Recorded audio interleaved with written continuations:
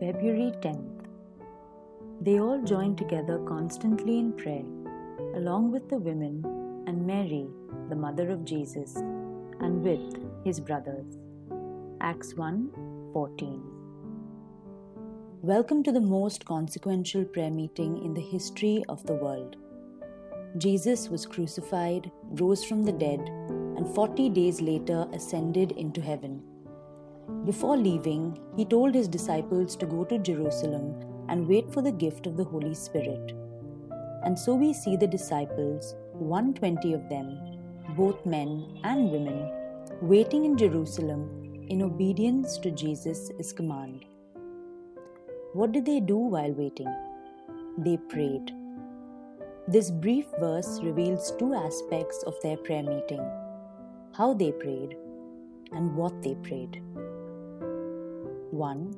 The disciples prayed in one accord, with one mind. There was a spirit of unity among them. I believe they were especially united in what they were seeking: the promise of the Father, the Holy Spirit. They had actually spent time with the Son of God in person, but they knew He Himself had promised something, rather, someone better. The disciples were also steadfast in their obedience. Jesus had not given them a time frame, so they had no idea how long they had to carry on. Maybe after a few days, they started wondering how long it would take. But they didn't give up, and they persevered in prayer until the answer came. 2. What could they have possibly been praying continuously for 10 days?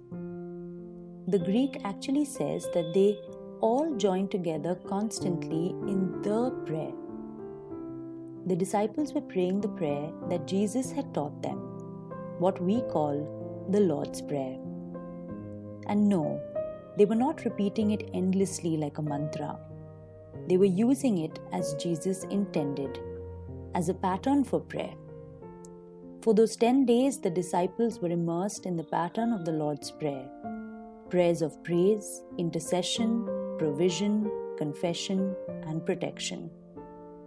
And in unity and perseverance and obedience, their prayers inaugurated the age of the Spirit at Pentecost. And the world was never the same again. Today's prayer: Lord, teach us to join together constantly in prayer.